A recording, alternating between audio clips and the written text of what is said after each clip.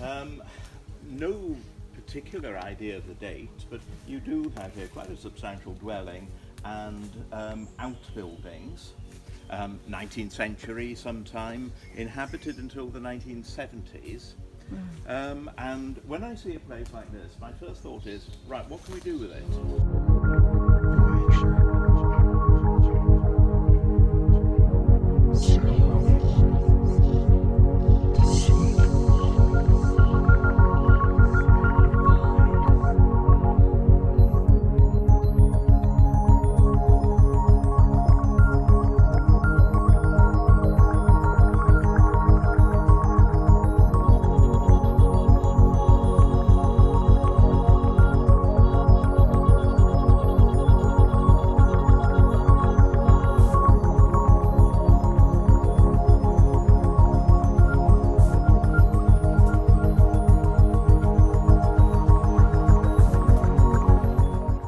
Chain ropeways that went down to the bottom of the pit at an angle, and the winding engine sort of the top. This one here is a railed incline to take rubble up.